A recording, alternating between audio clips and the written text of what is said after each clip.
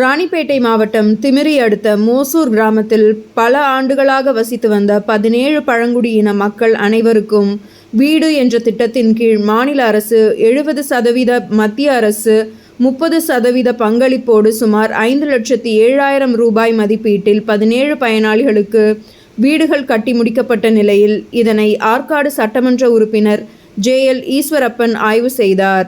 இதில் திமிரி ஒன்றிய பெருங்குழு தலைவர் அசோகன், திமிரி ஒன்றிய பெருங்குழு துணைத் தலைவர் கீழப்படி ரமேஷ் ஆகியோர் உடனிருந்தனர்.